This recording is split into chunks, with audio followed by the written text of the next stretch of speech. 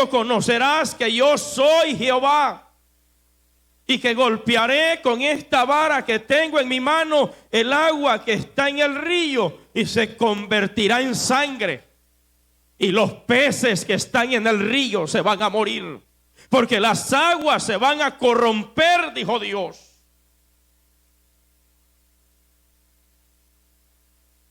Y los egipcios tendrán asco de beberla, porque las aguas se convertirán en sangre.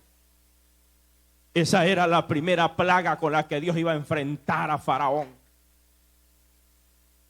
Hermanos amados, el líquido que hidrataba a los egipcios, el río Nilo, era la fuente, la sustancia de donde ellos sacaban el agua para poder hidratarse. Entonces Dios dice: les voy a quebrar su sustento de agua,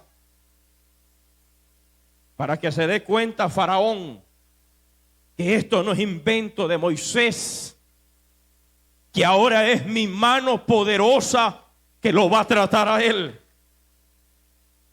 Porque una cosa es cuando el hombre enfrenta al hombre, pero una cosa es cuando lo enfrenta a Dios. Cuando Dios enfrenta a los soberbios. Ahora que Dios lo tenía que enfrentar, era para que Faraón entendiera que los hebreos, un pueblo esclavo, que no eran, hermanos, simple y sencillamente personas que vivían al azar. No, ellos tenían un Dios que los gobernaba, que ellos estaban allí porque Dios había prometido 400 años de esclavitud, pero después de 400 años Dios dijo a Abraham: yo voy a sacar a mi pueblo, al ejército de Israel, de la tierra de Egipto. Y los 400 años se habían cumplido. Israel estaba listo para el milagro.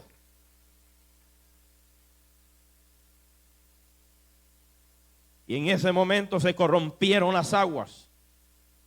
Se corrompieron, hermanos, a tal punto que hasta los pozos y hasta los vasos y los cántaros se llenaron de sangre. Y entonces en ese momento los adivinos, los hechiceros de Faraón llegaron, y yo no sé de dónde consiguieron agua limpia para hacer sangre, pero enfrente de Faraón pudieron hacer sangre, y eso Dios lo permitió por un tiempo.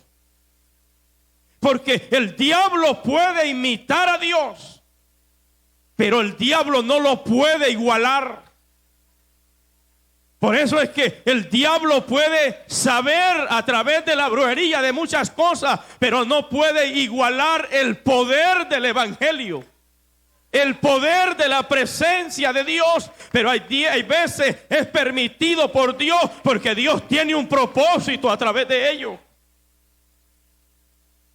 Porque hay gente que se va a los brujos y dice: y me dijo todo lo que yo estaba viviendo, porque los espíritus se comunican con ellos. Pero hay una diferencia, que los brujos, su poder es limitado. Porque es cuando Dios lo permite. Cuando Dios no lo permite, se quedan con las manos cruzadas.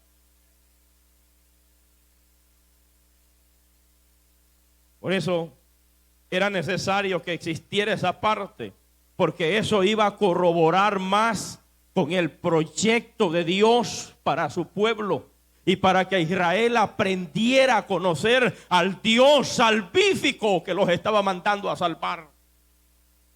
Porque, hermanos, Faraón los había amedrentado por un tiempo, pero ahora era necesario que aprendieran en el proceso a conocer al Dios de los milagros. Levántale las manos al cielo. Las aguas se corrompieron, se llenaron de epidemias. Me imagino cuántos virus asesinos, hermanos, y pestilencias se levantaron de las aguas.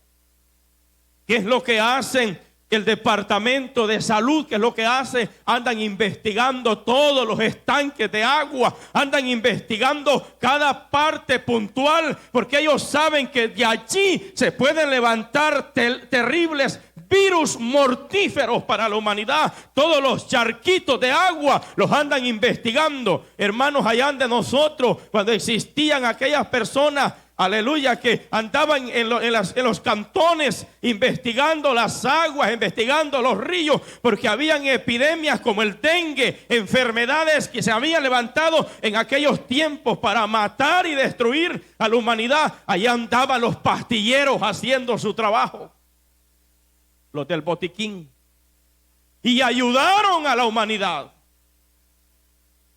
Pero luego se pasó el tiempo, peores virus vinieron a ser liberados en el mundo.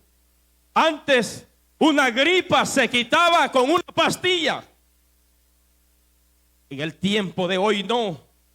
Le pueden dar todas las pastillas al enfermo y no le funcionan a menos que sea la medicina adecuada para poder contrarrestar el virus.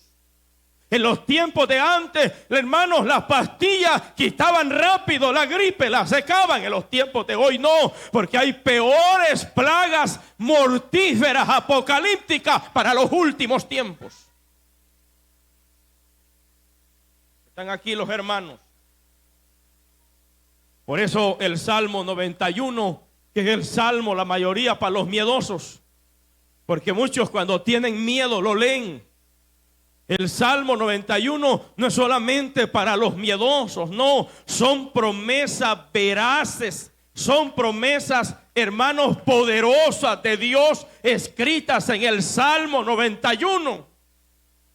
Claro que lo han catalogado el Salmo de los miedosos, porque cuando tiene miedo la señora Magallera, ahí está, aleluya, leyendo el Salmo 91, el que habita al abrigo del Altísimo morará bajo la sombra del Omnipotente. Ahí está hermanos, el cristiano, ¿quién? El pícaro.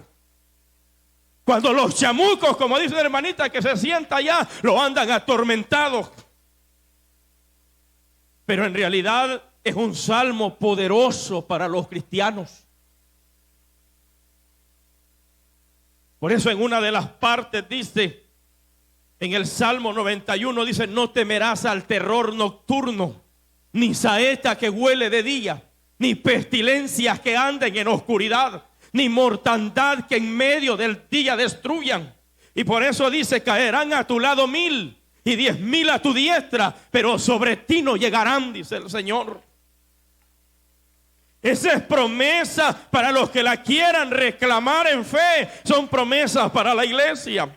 Aleluya, no tendrás temor ni saeta que huele de día, ni pestilencias que anden en oscuridad, hermanos, ni mortandades que en medio del día maten, destruyan. Esas mortandades que dejan cantidades de muertos por donde pasan las oleadas de los virus. Pero por misericordia de Dios, la mano protectora de Dios que estuvo con Israel en Egipto, es la misma mano poderosa que se mueve con nosotros, donde nosotros andamos, donde nosotros vivimos, donde nosotros estamos. Si Dios nos diera el privilegio de mirar de cuántas cosas Dios nos liberta y nos libra, cambiáramos esa cara de cristiano, de ese mal pagado, y aprendiéramos a adorar a Dios. Porque hay gente que llega al culto como que llega al deshuesadero, como el sacatripa que dice aquel hermanito que se sienta por allá.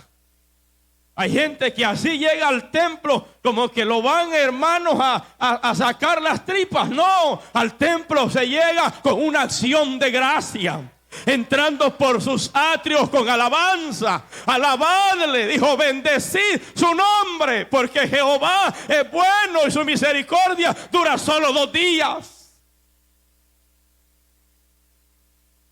Así dice la Biblia. No, hombre. Su misericordia es para siempre. Levanten sus manos y alábelo. La misericordia de Jehová es desde la eternidad hasta la eternidad sobre los hijos de los hijos. Alabe la gloria de Dios, porque aleluya, porque no tiene límite. Imagínense que se había corrompido Egipto en la primera plaga. En el primer round,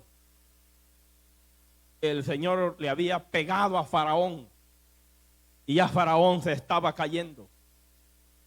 No, más endureció este maligno perverso.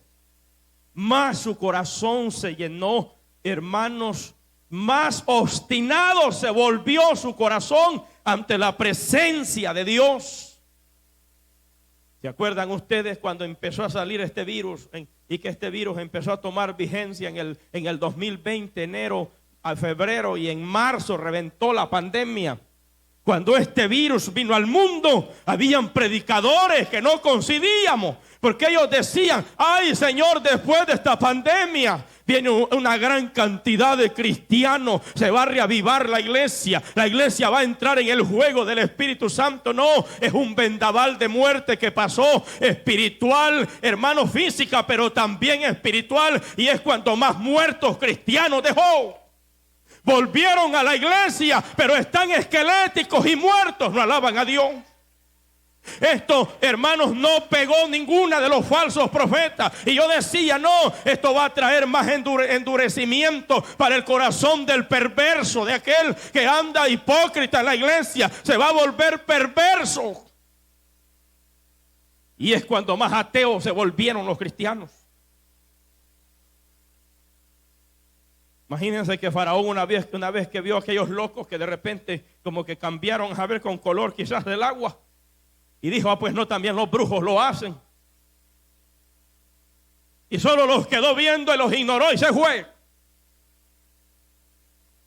Pero fíjense que la misericordia de Dios aún en estas plagas se miraba. Porque dice que Dios permitió en el versículo 25, en el versículo 24 del capítulo 7 de Éxodo, que hicieran pozos alrededor del río para que pudieran beber las personas y subsistir. En otras palabras, y dice que 7 días se cumplieron. Los 7 días habla del día o del tiempo perfecto de Dios. ¿A qué me estoy refiriendo? Que aún en los tiempos de ira hay misericordia. En los tiempos de ira, en los tiempos de dolor, hermano, en los tiempos de miseria, de destrucción, aún la misericordia de Dios todavía está allí. Porque permitió que abrieran pozos alrededor del río y los egipcios lo pudieran beber. En otras palabras, es cierto que Dios, decía un mundano, Dios aprieta, decía, pero no ahorca. No hay veces ahorca. Hay quienes han quedado tilinteados cuando la ira de Dios los ha matado. Pero entonces, cumpliéndose 7 días, porque Dios daba un lapso de tiempo perfecto para volver a arremeter otra vez contra Faraón. Hay gente que no entiende de una. Dios apenas le machucó los dedos al pícaro ladrón. Entonces Dios dice: no se quedó tranquilo. Hoy le vamos a machucar las manos. Sí, porque acuérdese que al uña larga que está en la iglesia y que quita prestado y no paga, de repente, hermano, un revés de Dios se come. A los días viene con la mano la liada y usted dice: ¿qué le pasó, hermano? No, dice: un accidente. ¿Qué accidente? Dios lo atropelló. Para que entendiera que así robando no se va al cielo. Para que ese uña larga se dé cuenta que no es así que el hombre se salva. Pero él piensa que es prueba la que está viviendo. No es prueba. Es azote. Una cosa es prueba y otra cosa es azote. Vaya a darse un desliz, usted sálgase de la iglesia y vaya a pecar y vuelva. A los días le cae un aguijón y dice: pastor, usted no sabe la prueba. Esa no es prueba. Esas son consecuencias del pecado que has ido a tragar allá afuera. Por eso no confundamos una cosa con otra. Pero en esta oportunidad habían pasado 7 días. Pero ahora Dios le dice a Faraón: todavía no he terminado, apenas empiezo.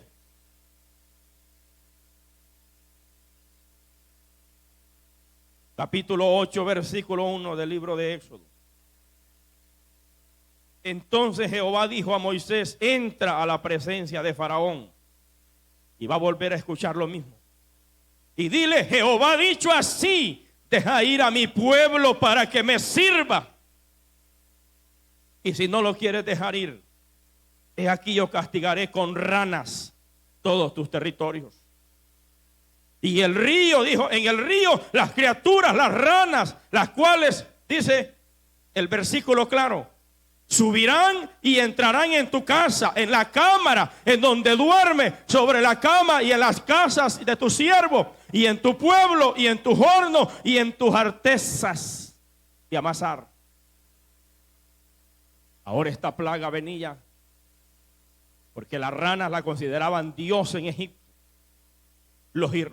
Dicen los historiadores que los egipcios nunca se iban a parar en una rana, preferían quedarse sentados todo el día y no caminar porque las ranas eran dioses. Entonces viene una grande millares y millares y millares de plagas de ranas. Empezaron como un ejército poderoso a invadir el país de Egipto. Se metían por las ventanas, aquellas ranas molestosísimas, se metían a los cuartos. Los egipcios dormían con aquella gran cantidad de ranas encima. Hermano, no había comida ni alimentación, porque hasta la artesa de amasar se había llenado de ranas la cocina. Había una plaga terrible que había venido al país de Egipto, pero no había venido producto, hermanos, simplemente por la coincidencia. No, habían venido porque Dios los había convocado, porque Dios las había mandado, porque Dios las había traído. Porque Dios iba a tratar con el corazón del tirano de Faraón, pero también le iba a reventar su carácter, le iba a reventar también su orgullo. Ese es el Dios que nosotros tenemos. Nuestro Dios no es un mito, mi amigo que me está viendo. Nuestro Dios no es un Dios que el hombre peca, desobedece, hace maldades y Dios se queda callado. No, mi Dios es un Dios que también habla. Porque Él es el creador de esta humanidad. Él es el responsable de esta tierra. Y esta tierra tiene que entender que fue Dios el que la creó. Y no fueron, alabado sea Dios, y no fue esa ciencia de Charles Darwin. No, es el Dios del cielo que creó este mundo. ¿Cuántos levantan sus manos al cielo?